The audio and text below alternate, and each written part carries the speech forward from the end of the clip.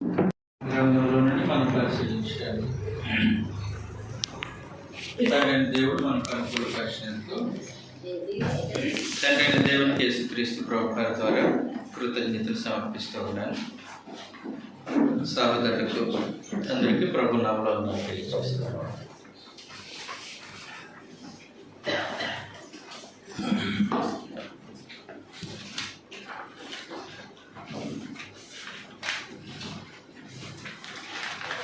మనము దైవత్వము అనే తరగతిని ప్రారంభించినప్పటి నుంచి తండ్రి దేవుని గురించిన సంగతులు ఆలోచన చేస్తున్నాం. దైవత్వంలో తండ్రి దేవుని యొక్క పాత్ర నేను మొదటిగా పోయిన క్లాస్ కాకుండా అంతకుముందు తరగతిలో మనం ఆలోచించింది ఆయన అద్వితీయుడు, అద్వితీయ సర్వాధిపతి, ఆయన అద్వితీయ జ్ఞానవంతుడు. రెండవది ఈరోజు మనం ఆలోచించింది దైవత్వంలో తండ్రి అయినటువంటి దేవుని యొక్క పాత్ర. ఆయన సృష్టికర్త, అంతేకాదు దైవత్వంలో తండ్రి అయినటువంటి దేవుడు ఇంకా ఎలాంటి స్థితిని కలిగి ఉన్నారు అని అంటే ప్రభువైన యేసు తెలియజేసినటువంటి సంగతి ఇది. అపోస్తలుల కార్యగ్రంథం మొదటి అధ్యాయం, అపోస్తలుల కార్యగ్రంథం మొదటి అధ్యాయం 6వ వచనంలో నుండి సందర్భము. కాబట్టి వారు కూడి వచ్చినప్పుడు ప్రభువైన యేసు ఆయన భూమి మీద జీవించిన పరిచర్యను ముగించుకొని మరణించి సమాధి చేయబడి పునరుత్థానం లేచారు. పునరుత్థానం లేచిన తర్వాత 40 దినాలు తాను సజీవునిగా కనపరుచుకున్నారు. ఇప్పుడు ఆయన ఒలీవల కొండ మీద నుండి పరలోకమునకు ఆరోహణం అవటానికి సిద్ధపడుతూ ఉన్నారు. సిద్ధపడుతూ ఉన్నప్పుడు తన శిష్యులను పిలిచి ప్రత్యేకించి తండ్రి వలన మీరు పొందినటువంటి వాగ్దానం, దాని కొరకు మీరు కనిపెట్టుకోండి అన్నట్టు చెప్పారు. యెరూషలేములో మీరు కనిపెట్టుకోండి అని అన్నారు. అంటే పరిశుద్ధాత్మను ప్రభువైన యేసు తండ్రి వలన వాగ్దానం చేశారు. ఆ పరిశుద్ధాత్మ గురించి మీరు యెరూషలేములో కనిపెట్టుకోండి అని అంటే శిష్యులకు ఒక డౌట్ వచ్చింది. 6వ వచనం ఇప్పుడు చదువుతాం. కాబట్టి వారు కూడి వచ్చినప్పుడు ప్రభువా ఈ కాలముందు ఇశ్రాయేలునకు రాజ్యం మరలా అనుగ్రహించదవా? కాలము, ఈ కాలమును గురించి ప్రస్తావించి ఈ కాలమందు ఇశ్రాయేలీలకు మరలా రాజ్యమును అనుగ్రహించదవా అని అన్నాడు. కాబట్టి వాళ్ళ ప్రశ్న ఎలా ఉందనంటే సమయాల గురించిన ప్రశ్న, అధికారం గురించిన ప్రశ్న. ఆ ప్రశ్నలో 2 సంగతులు ఉన్నాయి. ఒకటి, ఈ కాలంలో జరిగేది ఏంటి మొదటిది. రెండవది, ఇశ్రాయేలుకు మరలా రాజ్యం అనుగ్రహించడం. కాబట్టి ఒక 2 ప్రశ్నలు ఆ వచనంలో ప్రభువైన యేసుని అడిగారు. ప్రశ్న ఒకటే, కానీ అందులో 2 భావాలు ఉన్నాయి. కాలముల గురించి ప్రశ్న, అధికారం రాజ్యముల గురించి ప్రశ్న. కాబట్టి ప్రభువైన యేసు దానికి సమాధానం ఇస్తూ ఇలాగన్నారు. కాలములు సమయములను తన స్వాధీనమును ఉంచుకుని ఈ కాలంలో ఇశ్రాయేలుకు మరలా రాజ్యం అప్పగిస్తావా అంటే ప్రభు అనాలి, ఇస్తానో ఇవ్వనో ఏదో చెప్పాలి. కానీ చెప్పాల్సిన అవసరం ఈయనకి లేదు. చెప్పాల్సిన పని ఈయనది కాదు, చెప్పాల్సిన పని ఈయనది కాదు. దైవత్వంలో ఈయన పాత్ర అది కాదు, ఈయన పాత్ర అది కాదు. దైవత్వంలో ఈ పాత్రను ప్రత్యేకించి హ్యాండిల్ చేసేది తండ్రి అయినటువంటి దేవుడు. తండ్రి అయినటువంటి దేవుడు. కాబట్టి ఏమన్నారనంటే కాలములు సమయములు తండ్రి తన స్వాధీనంలో ఉంచుకొని ఉన్నాడు, వాటిని తెలుసుకోవడం మీ పని కాదు. అది సంగతి. కాబట్టి దైవత్వంలో తండ్రి అయినటువంటి దేవుని యొక్క పాత్ర, ఆయన హ్యాండిల్ చేసేటువంటి పనులు, ఆయన నిర్వర్తించేవి ప్రత్యేకించి ఏమన్నారనంటే ప్రభు చెప్పాడు స్వయంగా, కాలములు సమయములు తండ్రి తన స్వాధీనంలో ఉంచుకున్నారు. ఆయన స్వాధీనంలో ఉన్న వాటి గురించి తెలుసుకోవడం మీ పని కాదు. ఇప్పుడు ఆయన స్వాధీనంలో తెలుసుకోవడం మీ పని కాదు. అందువలన జాగ్రత్తగా మనం సంగతిని పరిశీలించాల్సిన అవసరం ఉంది. మరి ఏం చేద్దాం, మీరు ఎంచుకున్న టాపిక్ చక్కగా ఏదో పాఠాలు చెప్పుకుంటే పోతే సరిపోయేది. మీరే ఎంచుకున్నారు ఈ టాపిక్, మరి తప్పదు. కాలములను సమయములను తండ్రి తన స్వాధీనంలో ఉంచుకున్నాడు. కాలములు సమయములను తన స్వాధీనంలో ఉంచుకోవడం అనేది దేవుని యొక్క పాత్ర. దైవత్వంలో ఆయన నిర్వహణ లాంటిది. సృష్టికర్తగా ఎలాగో ఆయన పాత్ర కలిగి ఉన్నారో, అద్వితీయ దేవుడిగా ఎలాగైతే తన సంగతులను జరిగిస్తూ ఉన్నారో, కాలములను సమయములను కూడా తన ఆధ్వర్యంలో ఉంచుకోవడం అనేది తండ్రి పాత్ర. ఆయన జరిగిస్తూ ఉంటాడు. కాబట్టి మొదటి నుంచి ఏం జరుగుతుందనంటే, జాగ్రత్తగా ఆలోచన చేస్తే ఏ కాలంలో ఏం జరగాలి, ఎప్పుడు ఏ సంగతి జరిగించాలి, ఎప్పుడు ఏది ప్రయోజనకరమైనది అని తన ఆధ్వర్యంలో సంగతులను జరిగించేది ఎవరు? తండ్రి అయినటువంటి దేవుడు. కాబట్టి అబ్రహాము కల్దీల దేశంలో ఉన్నాడు. కల్దీల దేశంలో ఉన్నటువంటి అబ్రహామును దేవుడు హారాను మీదుగా కానాను దేశానికి నడిపించేశారు. కానాను దేశానికి నడిపించిన తర్వాత ఈ శ్రేష్టమైనటువంటి ద్రాక్షవల్లిగా అబ్రహామును ఎంచుకున్న తర్వాత ఈ వల్లి నుంచి వచ్చేటువంటి తీగలను ఈ కనాను భూభాగంలో నాటాలి అని అనుకున్నారు. అంటే అబ్రహాం సంతతి వారిని ఈ కనాను భూభాగంలో నివసింప చేయాలి, ఈ కనాను భూభాగాన్ని అబ్రహాం సంతతి వారికి స్వాస్యముగా ఇవ్వాలి అని ఉద్దేశించారు. ఉద్దేశించే పిలిచారు. ఎవరిని? అబ్రహాంని. కానీ ఈ అబ్రహాం సంతతిని ఈ కానాను భూభాగంలో ఇప్పుడు వెంటనే నాటడానికి దేవునికి ఆయన ఉద్దేశంలో లేదు. కాలం తమ ఆధ్వర్యంలో పెట్టుకొని, కాలములను సమయములను తన ఆధ్వర్యంలో పెట్టుకున్నటువంటి దేవుడు అబ్రహాంతో ఏమన్నారనంటే 15వ అధ్యాయం ఆదికాండం 15వ అధ్యాయం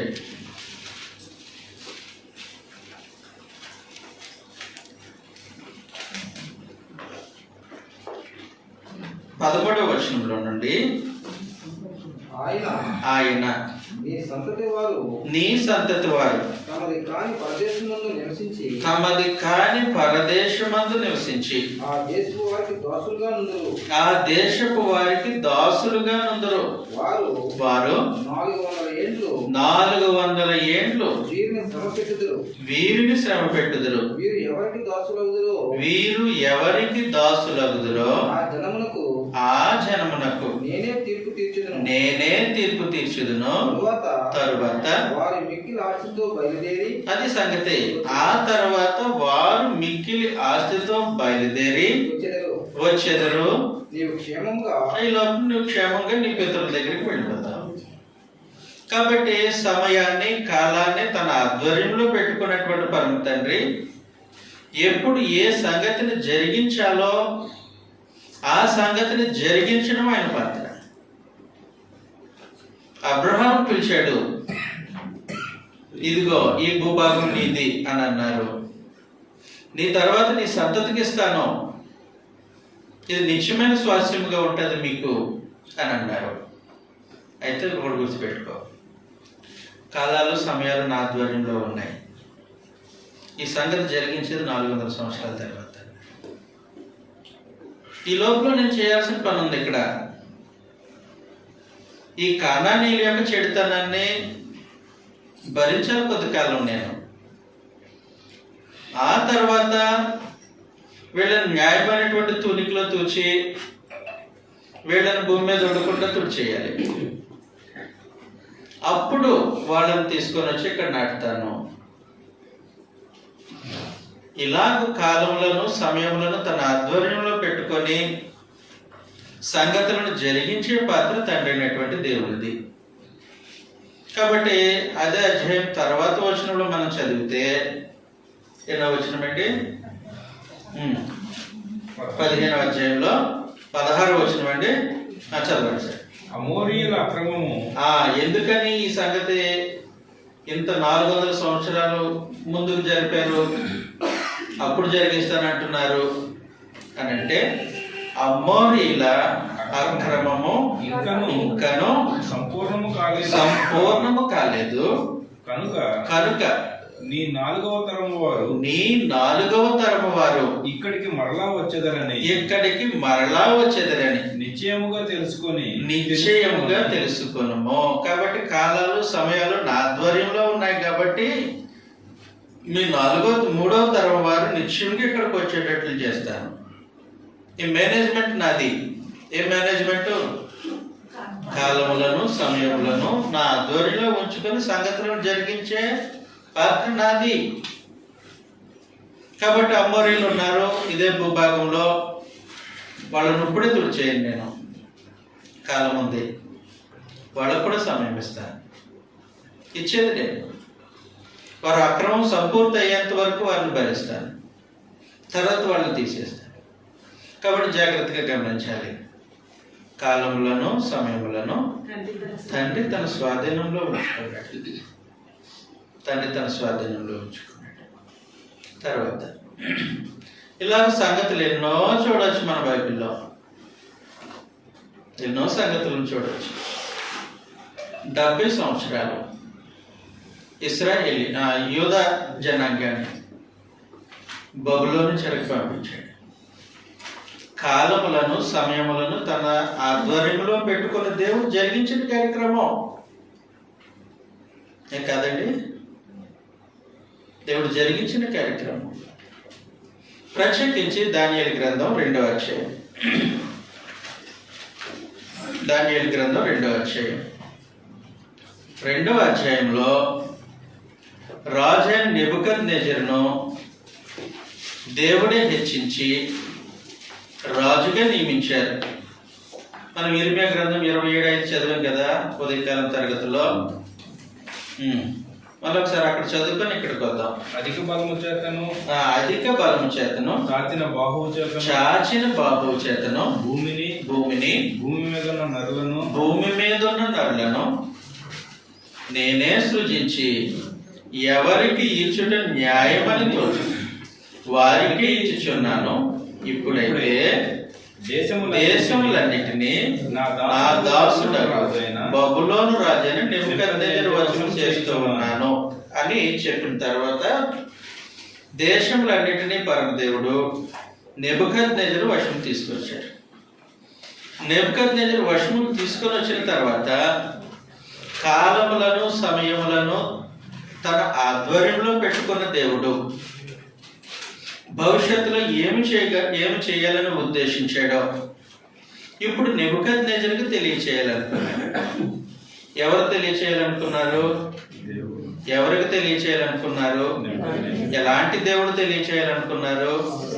కాలములను సమయములను తన స్వాధీనం. కాబట్టి తెలియచేసే క్రమంలో అతడు నిద్రపోతున్నప్పుడు ఒక కళ. ఆ కళలో ఒక పెద్ద విగ్రహం, పెద్దని విగ్రహం, తల బంగారంతో చేయబడింది, భుజములు ఛాతి వెండితో చేయబడ్డాయి. ఉదరము, తొడలు ఇత్తడివి, పాదములు ఇనుము మట్టితో చేయబడినటువంటి పాదం. ఇది ఆయనకు కనబడినటువంటి సంగతి. తర్వాత చెప్పాడు, నీ తర్వాత ఏ రాజ్యము కాలానుకూలంగా దేవుడు ఏర్పాటు చేయాలని ఉద్దేశించాడో, కాలంలోను సమయములను తన స్వాధీనంలో పెట్టుకున్నటువంటి దేవుడు బబులోను సామ్రాజ్యము, ఆ తర్వాత కాలంలో అప్పుడు వచ్చారు వాళ్ళు బబులోను మాదీ పార్సిక్ సామ్రాజ్యము, ఆ తర్వాత గ్రీకు సామ్రాజ్యము, తర్వాత రోమా సామ్రాజ్యము. ఇలాగూ కాలానుకూలంగా సమయాన్ని బట్టి అధికారం అనుగ్రహించేది ఎవరు? కాలములను సమయములను తన స్వాధీనంలో పెట్టుకున్నటువంటి దేవుడు. కాబట్టి నెబుకద్నెజరుకి ఈ సంగతిని తెలియజేసేసాడు. కాలములను సమయంలో నా స్వాధీనంలో ఉన్నాయి, నీకు ఒక టైం ఉంటుంది, అంతకాలం నువ్వు బంగారు సెల్సే. ఆ తర్వాత నేను కొట్టే సామ్రాజ్యం వచ్చేస్తుంది, మాదీ పార్సిక సామ్రాజ్యం. అది ఎప్పుడు వస్తుంది? చదివేసేద్దాం. అది ఎప్పుడు వస్తుందో ఇర్మియా గ్రంథం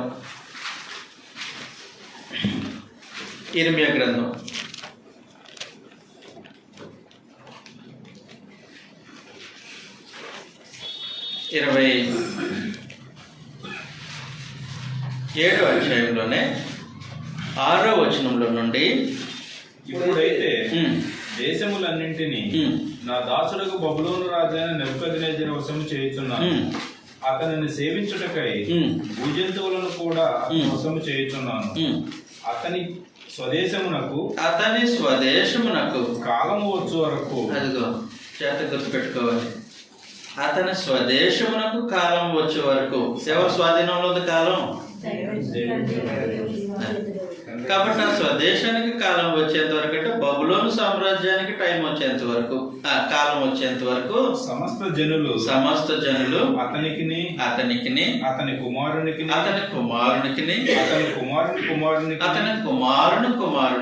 దాసులయుందురు.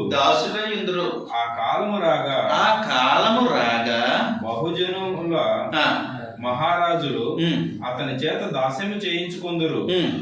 ఏ జనము ఏ రాజ్యము బబులోను రాజైన నెబుకద్నెజరును దాస్యమునకు చేయనొల్లగా బబులోను రాజు యొక్క కాడిని తన పేడ మీద ఎత్తుకోవడం సంగతి చెప్పేశారు. కాబట్టి ఒక కాలం నిర్ణయించారు బబులోను సామ్రాజ్యానికి. నెబుకద్నెజరు, అతని కుమారుడు వరకు బబులోను సామ్రాజ్యం ఉంటుంది. కాబట్టి నెబుకద్నెజరు, అతని కుమారుడు బెల్షజరు. అతని టైంలో గోడ మీద రాత మెనే టెకెల్ ఉపాసై, దేవుడు నిన్ను త్రాసులో చూసి నీ కథ ముగించేశాడు. వెంటనే ఆ సామ్రాజ్యానికి కాలం అయిపోయింది. బబులోను సామ్రాజ్యం, మాదీ పార్సిక సామ్రాజ్యం వచ్చింది. కాలములను సమయములను తన స్వాధీనంలో పెట్టుకున్నటువంటి దేవుడు జరిగించే కార్యక్రమం. కాబట్టి నెబుకద్నెజరుకు సంగతిని తెలియజేశాడు, నీకు ఒక టైం ఉంది, అయిపోతుంది. తర్వాత ఇంకొక రాజ్యం వస్తుంది, దానికోసం సమయం ఇస్తాను. 3వ రాజ్యం వస్తుంది, గ్రీకు సామ్రాజ్యం, దానికోసం సమయం వస్తుంది. 4వ రాజ్యం కూడా వస్తుంది.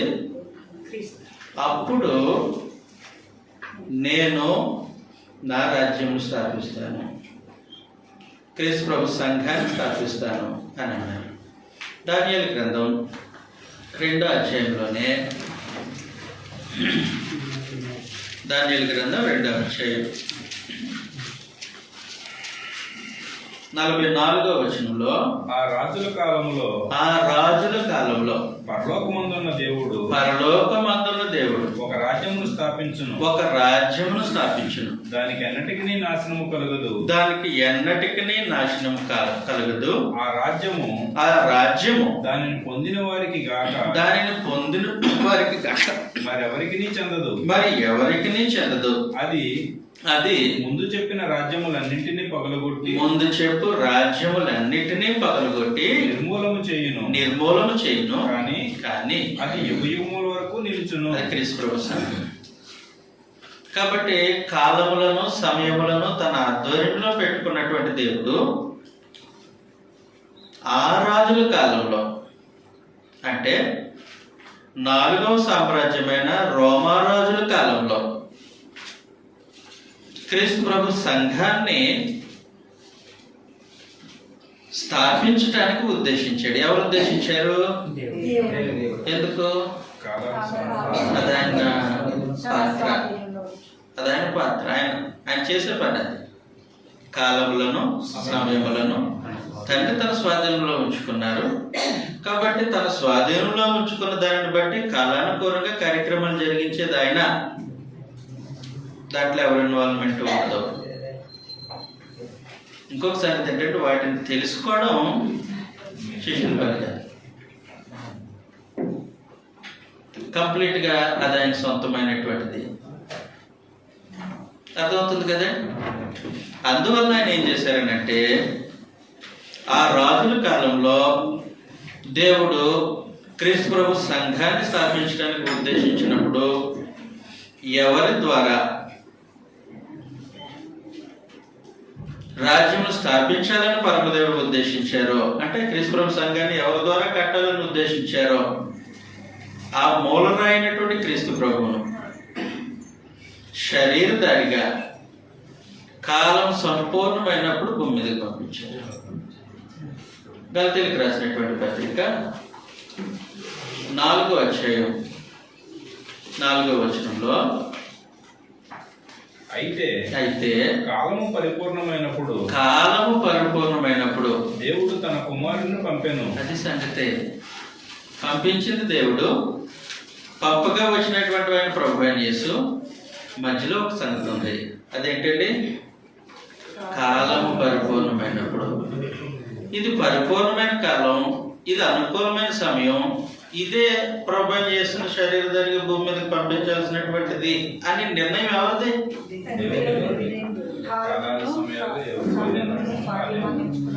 ఉంచుకున్న తండ్రి అయినటువంటి దేవునిది. కాబట్టి దేవత్వంలో తండ్రి అయినటువంటి దేవుని పాత్ర కనబడుతుందండి. ఆయన రోల్ అది. ఆయన చేయటానికి ఉద్దేశించింది అది. ఆయన జరిగించే పని అది. ఆయన జరిగించే పనిలో ప్రభు యేసు ఇన్వాల్వ్ కాదు. ప్రభు యేసు జరిగించేటువంటి దానిలో ఇన్వాల్వ్ కాదంటే ప్రభు యేసు జరిగించేటువంటి పనిని తండ్రి అయిన దేవుడు చేయరు. శరీరం ధరించుకొని భూమి మీదకి రావాల్సింది ఎవరు? మత్స్యాకలు చెప్పినట్టు తండ్రి అయిన దేవుడే మళ్ళీ కుమారుడు వచ్చాడు అంటారేమో. కాదు. శరీరాన్ని ధరించుకొని మనుషులందరి కొరకు విమోచన క్రయధర్మగా తన ప్రాణం పెట్టే పాత్ర ఎవరిది? అది తండ్రి అయిన దేవుడు చేయడు. కాలములను సమయములను తండ్రి తన స్వాధీనంలో ఉంచుకున్నారు. ఆ పాత్ర ఎవరిది? అందులో ఈయన ఆ పని ఇంకా. కాబట్టి దైవత్వంలో కాలములను సమయములను తన స్వాధీనంలో ఉంచుకోవడం అనేది తండ్రి అయినటువంటి దేవుని పాత్ర.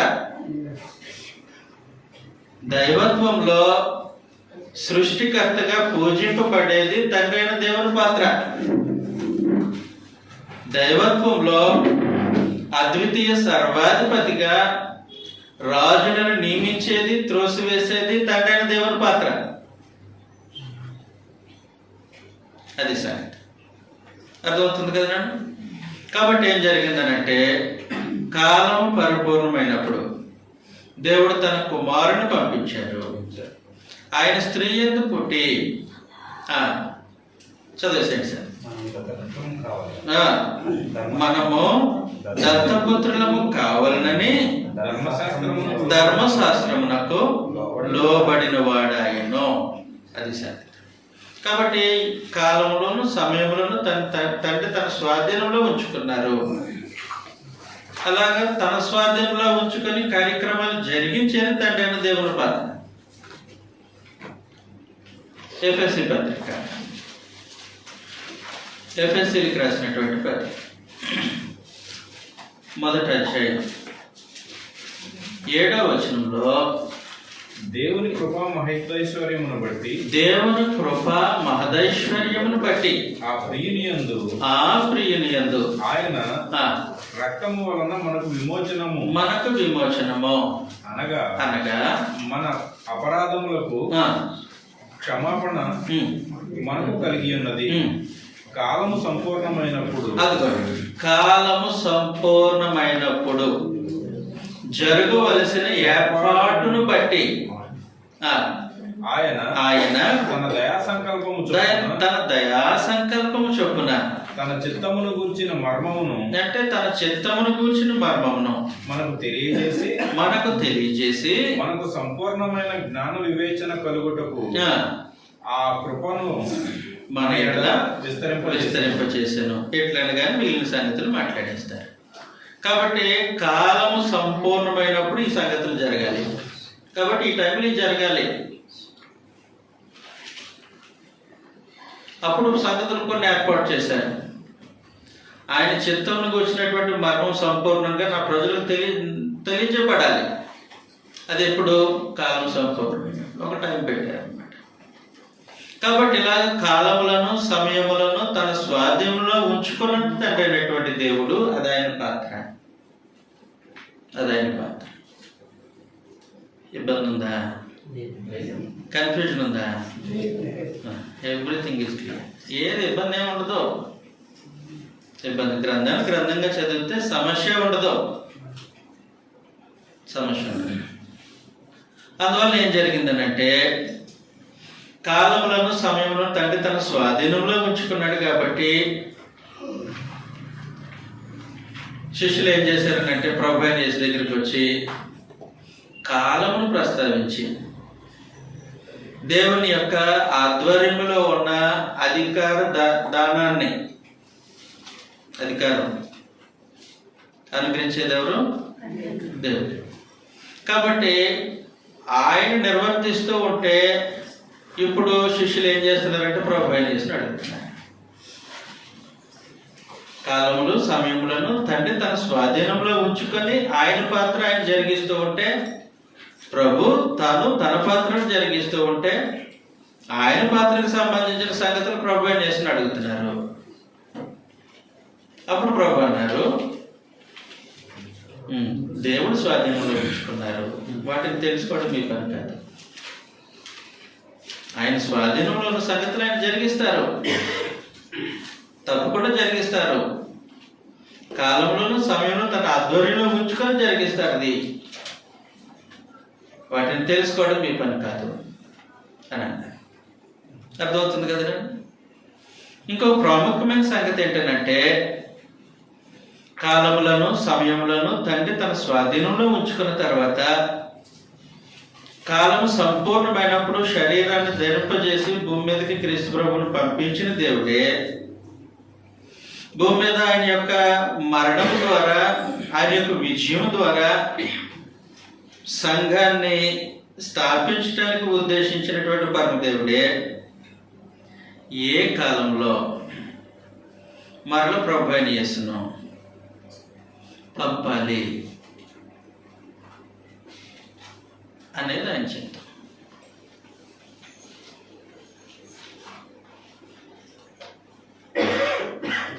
ప్రభు అయిన యేసు రెండో ప్రత్యక్షత ఉందని నమ్ముతున్నారా?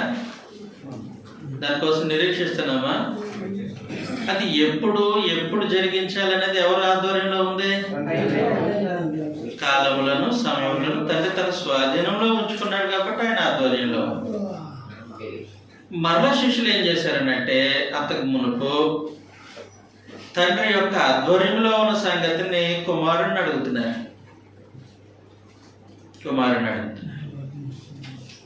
ప్రత్యేకించి మత్తయి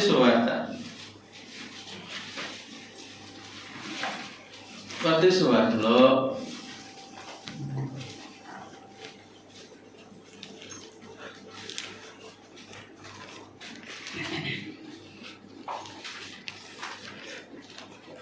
చెప్పడం ఈయన పాత్ర కాదు, ఈయన పని వేరే. మత్తయి సువార్త 24వ అధ్యాయం 35వ వచనంలో నుండి ఆకాశమును భూమియు గతించును గాని నా మాటలు ఏ మాత్రం గతింపవు. అయితే ఆ దినమును గూర్చి ఆ గడియను గూర్చి ఆ సమయానికి సంబంధించింది అది. ఆ దినమును గూర్చి ఆ గడియను గూర్చి తండ్రి మాత్రమే ఎరుగును గాని ఏ మనుషుడైనను పరలోకమందు దూతలైనను కుమారుడైనను ఎరుగడు. అంటే అర్థం ఏంటి? కాలములు సమయములు తండ్రి తన స్వాధీనంలో ఉంచుకున్నాడు. అది సంగతి. అందువలన వాటిని తెలుసుకోవడం మీ పని కాదు, అది ఆయనకు సొంతమైనటువంటిది. సొంతమైన దైవత్వమైన పాత్రది, ఆయన పాత్రది. కాబట్టి మనుషులు ఇబ్బంది పడిన అవసరం లేదు. శరీరాన్ని ధరించుకొని తండ్రి అయినటువంటి దేవుడు ఎలాగ సిలువెక్కడో, కాలములను సమయములను తన ఆధ్వర్యంలో ఉంచుకున్నటువంటి దేవుని పాత్రలోనిది ప్రభువైన యేసు ఇన్వాల్వ్ కాడు. ఎవరి పాత్రలు వాళ్ళకు ఉంటాయి, ఎవరి పనులు వాళ్ళకు ఉంటాయి. అనుగ్రహింపబడినటువంటి ఉన్నటువంటి పాత్రలను వాళ్ళ పనులను అక్రమంగా కాదు, దేవుడు మనుషులకు ఆజ్ఞాపించింది కూడా అదే. చివరికి ఆరాధన చేసేటప్పుడు కూడా క్రమముగా మర్యాదగా చేయండి, మనుషులను క్రమంగా మర్యాదగా చేయండి అని ఆజ్ఞాపించిన దేవుడు దైవత్వంలో ఉన్నవారు క్రమం తప్పుతారా? తప్పరు. కాబట్టి కాలంలో సమయంలో దేవుడు తన ఆధ్వర్యంలో ఉంచుకున్నారు, క్రమంగా జరుగుతూ ఉంటాయి. క్రమం తప్పు పనిచేయడం దైవత్వం వల్ల సాధ్యం కాదు. కాబట్టి ప్రభు ఆయన తన స్వాధీనంలో ఉంచుకున్నాడు. అది సంగతి. అపోస్తుల కార్యగ్రంథం అంటే మనం ఒక సంగతి ఊహించేసుకున్నాం. దేవుడు అంటే ఇలాగా ఇలాగా ఇలాగా ఇలా కరెక్టే. ఒక ఆయన అంటాడు, మరి ఆ సంగతి తెలియనాడు దేవుడు ఎట్ట అవుతాడు అని. ఏ సంగతి తెలియనాడు? ఆ గడి తెలియనాడు దేవుడు ఎలాగవుతాడు? ఆయన దైవత్వం యొక్క సర్వసంపూర్ణత కలిగి ఉండటానికి తండ్రి అయిన దేవుడు ప్రత్యేకించి కాలములను సమయములను తన స్వాధీనంలో ఉంచుకోవడానికి సంబంధమే లేదు. అది ఆయన డ్యూటీ, ఇది ఈయన డ్యూటీ. అది ఆయన పాత్ర, ఇది ఆయన సంగతి. అర్థమవుతుంది కదా? చాలా జాగ్రత్తగా సంగతులు గ్రంథం ఏం చెప్తుందో అలాగే గమనించాలి. మన సొంత ఆలోచన వచ్చామా నరకానికి పోతాం అంతే. ఇలాగ ఉండాలి కదా, ఇలాగెందుకు లేదు కాదు, అక్కడ ఉన్నది ఏంటో గమనించు. నీకు నచ్చినట్టు ఉండడానికి గ్రంథం రాయలేదు, నీకు అనుకూలంగా ఉండటానికి దేవుడు 1600 సంవత్సరాలు బైబిల్ రాయించలేదు. ఆయన మనకి ఏమి నేర్పించాలనుకున్నాడు అది గ్రహించడానికి బైబిల్ రాయబడింది. అందువల్ల మన ఆలోచనలు ఇందులో ఉండవు, దేవుడి ఉద్దేశాలు ఉంటాయి. మాట అంటాను అనండి సార్. యేసు ప్రభు దేవుడు దావీదు కుమారుడు, దావీదు నీ కుమారుడికి ఇచ్చిన నీ కుమారుడే నా కుమారుడు. అప్పుడు కానించి దేవుడు నా కుమారుడు, యేసు ప్రభు నా కుమారుడు. సిలువలో గెలిచిన తర్వాత అన్ని అధికారులు ఇచ్చాను. సర్వలోకం నా పక్కన కోహడ పెట్టాడు కుడి పక్కనే. ఈ లోకం అంతటికి అధికారం ఇచ్చాను నా కుమారుడికి నేను. దేవుడు ఇచ్చాడట అంతేనండి. అది ఒక ఆయన నాకు అన్నాడు, దేవుడికి భార్య బిడ్డలు ఉండరయ్యా, మీరు క్రిస్తువులు దేవుడు కుమారుడు అంటారేంటి? అదే మీకు మాకు అప్పుడు అన్నాడు, సాయిబులు అన్నారు ఆ మాట. లేదయ్యా దేవుడు కుమారుడని మహని యాదాద్రిలో పోతాడు తెలియని చెప్తాను నువ్వు అంత లేదయ్యా నాకు రాకేట్ తెలిసిన చదువు లేను అని అన్నాడు. నువ్వే చదువు వాళ్ళు చెప్తాను లేక అన్నాడు. నేను చెప్పడం పాటలు చెప్పిన మాట్లాడినాను. ఓహో నిజమే, వాళ్ళు చెప్పే మాట నిజమే. నిజమే దేవుడు ఇంత గొప్పదేమన్నాను.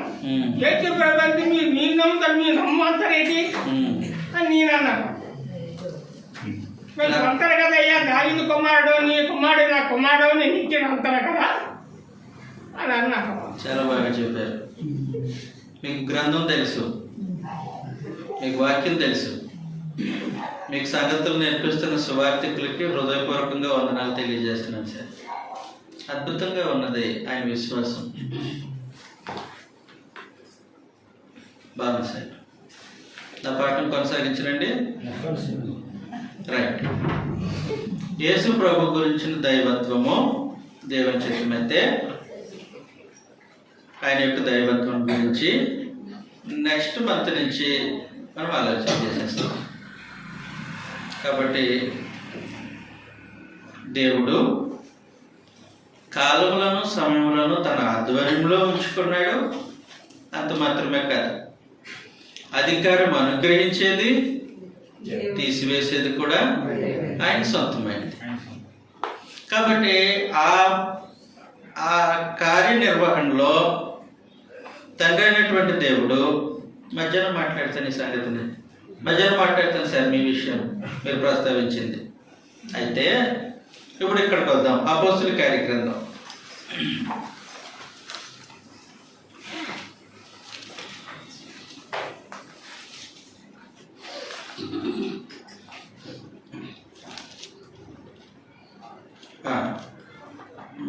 24వ అధ్యాయంలో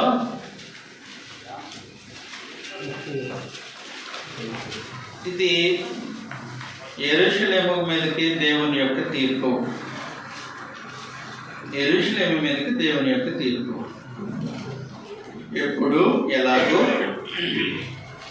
ఏ సమయంలో యెరూషలేము మీదకి దేవుడు తన ఉగ్రతను కురిపించాలో అనేది ఆయన ఆధ్వర్యంలో ఉంది. ప్రత్యేకించి యెరూషలేము వాసులు వారు మొదటి నుండి ప్రవక్తలను చంపుతూ దేవుని యొక్క ఉద్దేశాలను తిరస్కరిస్తూ దేవుని మీద తిరుగుబాటు చేస్తూ బ్రతుకుతూనే ఉన్నారు. కోడి తన రెక్కల కిందకి పిల్లలను చేర్చుకునేటట్లు యెరూషలేమును దేవుడు తన రెక్కల కిందకి చేర్చుకోవాలని చాలాసార్లు ఉద్దేశించారు. చదువుతాం ఈ సంగతిని. 23వ అధ్యాయం 37వ వచనంలో నుండి,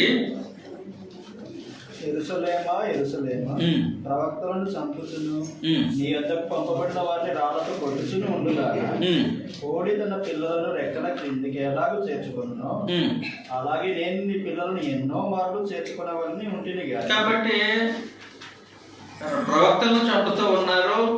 దేవుడు ఓర్పుతో వారిని భరించి వారిని రెక్కల కింద చేర్చుకోవాలనుకుంటున్నారు. అయినప్పటికీ వాళ్ళు చేసిన నిర్వాహకం ఎలాంటిదని అంటే 34వ వచనంలో నుండి, అందుచేత ఇదిగో నేను మీ వద్దకు ప్రవక్తలను, జ్ఞానులను, శాస్త్రులను పంపుచున్నాను. మీరు వారిలో కొందరిని చంపి శిలువ వేయుదురు, కొందరిని మీ సమాజ మందిరంలో కొరడాలతో కొట్టి పట్టణం నుండి పట్టణమునకు తరుముదురు. నీతిమంతుడైన హేబెలు రక్తం మొదలుకొని బలిపీఠం నకును దేవాలయం నకును మధ్య మీరు చంపిన బరకియ కుమారుడు జకరియా రక్తం వరకు భూమి మీద చిందింపబడిన నీతిమంతుల రక్తం అంతా మీ మీదకి వచ్చును. కాబట్టి యెరూషలేము మీదకి భూమి మీద చిందింపబడిన నీతిమంతుల రక్తం అంతా, వాళ్ళ అపరాధం అంతా ఇప్పుడు యెరూషలేము వాళ్ళు పోయారు. దేవుడు ఆ సంగతిని జరిగించిపోతూ ఉన్నారు. అర్థమైపోయింది శిష్యులకు, ఇది ఎప్పుడు జరుగుతుంది, అసలు అది నా ఆధ్వర్యంలో లేదు. మొదటి సంగతి. అయితే ఒక సంగతి మీరు చెయ్యొచ్చు, మీరు ప్రార్థన చేయొచ్చు. ఎవరికి? తండ్రి అయిన దేవునికి ప్రార్థన చేయొచ్చు. ఏమని ప్రార్థన చేయొచ్చు? 20వ వచనంలో, 24వ అధ్యాయం 20వ వచనం. అప్పుడు మహాశ్రమ కలుగును గనుక మీరు పారిపోవుట చలికాలమందైనను విశ్రాంతి దినమందైనను సంభవింపకుండవలనని. కాబట్టి చలికాలంలోనూ విశ్రాంతి దినంలోనూ సంభవిస్తే ముప్పు. చలికాలం అనుకోండి, విపరీతమైన చలి ఉంటుంది కొండల పైన. కాబట్టి ఇక్కడ ఖడ్గం నుంచి తప్పించుకున్నవాడు చలికి చనిపోతాడు. విశ్రాంతి దినంలో యెరూషలేము యొక్క గుమ్మములు మూయబడతాయి. లోపలికి బయట నుంచి పొలంలో నుండి ఏ బండ్లు సరుకులు లోపలికి రావు. లోపల నుండి బయటికి పొలంలోనికి కూడా వెళ్ళటానికి ఉండదు. కాబట్టి ఇది విశ్రాంతి దినం. కాబట్టి యెరూషలేము యొక్క గౌరులు మూయబడతాయి. లోపల వాడు బయటకు పోలేని పరిస్థితుల్లో శత్రు మొక్క యెరూషలేము దండి మీద దండేసి వస్తే ఎవడు మిగలటానికి వీలు. అందువలన ప్రభు వారికి ఏమని చెప్పారనంటే, కాలములను సమయములను తన ఆధ్వర్యంలో ఉంచుకున్నటువంటి దేవునికి మీరు ప్రార్థన చేయండి. చలికాలంలోనైనాను విశ్రాంతి దినములైనను సంభవింపకుండాట్లు ప్రార్థన చేయండి. కాబట్టి మనం దేవత్వంలో తండ్రి అయినటువంటి దేవుని యొక్క పాత్రను మనం చూస్తూ ఉన్నప్పుడు కాలములను సమయములను తండ్రి తన స్వాధీనంలో ఉంచుకున్నాడు అనేది స్పష్టం. ఇప్పుడు వచ్చేద్దాం అపోస్తుల కార్యగ్రంథం. అపోస్తుల కార్యగ్రంథం 3వ అధ్యాయం.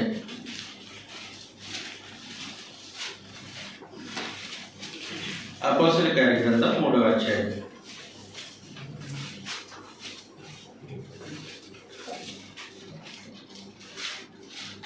పదిహేడవ వచనంలో నుండి ఇది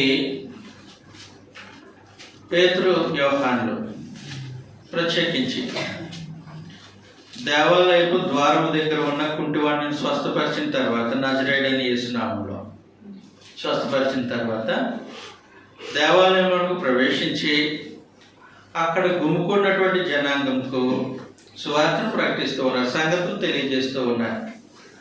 తెలియజేస్తూ ఉన్నప్పుడు వాళ్ళు చెప్పిన సంగతులు ఇవన్నీ చదివేసేయండి సార్. సహోదరులారా, మీరు మీ అధికారులను 14 నుంచి చదివే 13 నుంచి చదివేసేయండి సార్. అబ్రహాము, ఇస్సాకు, యాకోబు అనేవారి దేవుడు అనగా మన పితరుల దేవుడు తన సేవకుడైన యేసును మహిమపరిచున్నాడు. ఈ రాయను అప్పగించిరి. పిలాతు ఆయనను విడుదల చేయుటకు నిశ్చయించినప్పుడు మీరు అతని ఎదుట ఆయనను నిరాకరించిరి. మీరు పరిశుద్ధులను నీతిమంతుడైన వారిని నిరాకరించి నరహంతకుడైన మనుషుని మీకు అనుగ్రహింపమని అడిగితిరి. మీరు జీవాధిపతిని చంపితిరి గాని దేవుడు ఆయనను మృతుల్లో నుండి లేపెను. దేవుడు ఆయనను మృతుల్లో నుండి లేపారు. లేపిన ఆయన ఎక్కడొచ్చారు?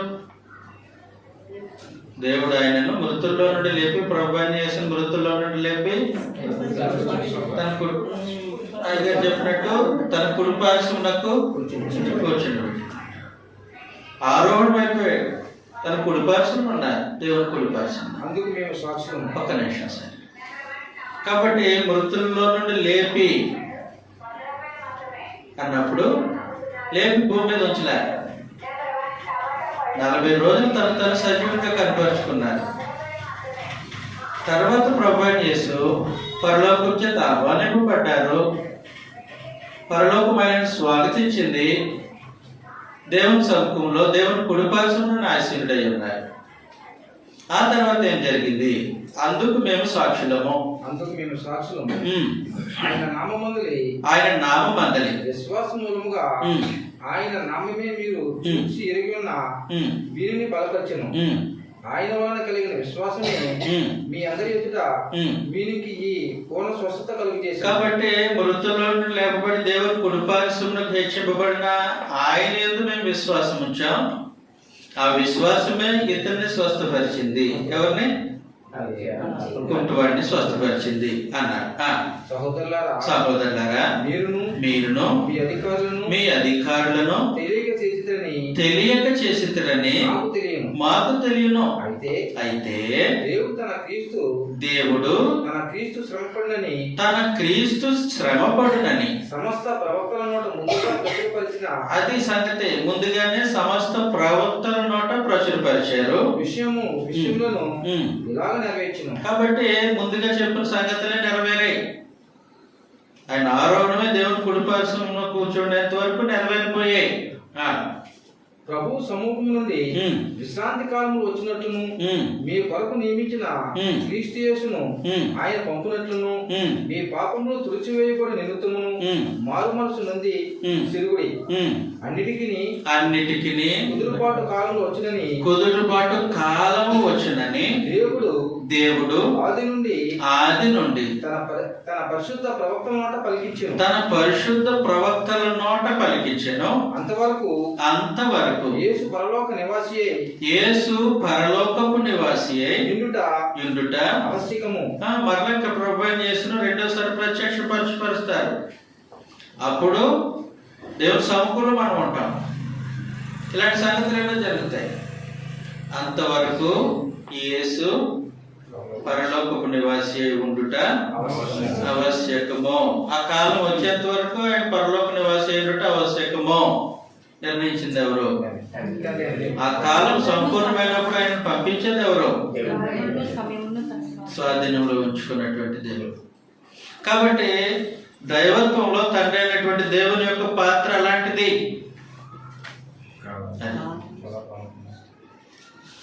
పాత్ర అలాంటిది. చెప్పింది ఎవరు? ప్రభువునేసే తెలియజేశారు సంగతిని. మనకి ఇబ్బంది ఏముంది మరి? అప్పుడు మనకే కదా, ఎవరికి ఇబ్బంది అవసరం లేదు. గ్రంథాన్ని నమ్మే ఎవరికి ఇబ్బంది ఉండే అవసరం లేదు.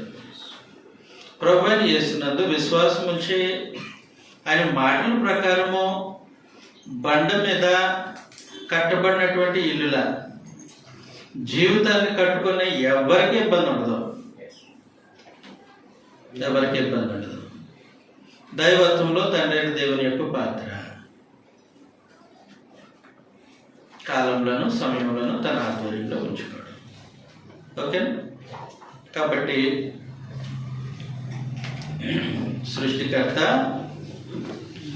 సృష్టికర్తగా ఆరాధనను స్వీకరించడం ఆయన పాత్ర. కాలములను సమయములను తన ఆధ్వర్యంలో ఉంచుకోవడం దైవత్వంలో తండ్రి దేవుని పాత్ర. అధికారం అనుగ్రహించడం లేదా అధికారాన్ని తీసివేయడం దైవత్వంలో తండ్రి అయినటువంటి దేవుని పాత్ర. ముగించేసానండి. దేవుని చిత్తమైతే మధ్యాహ్నం కాస్త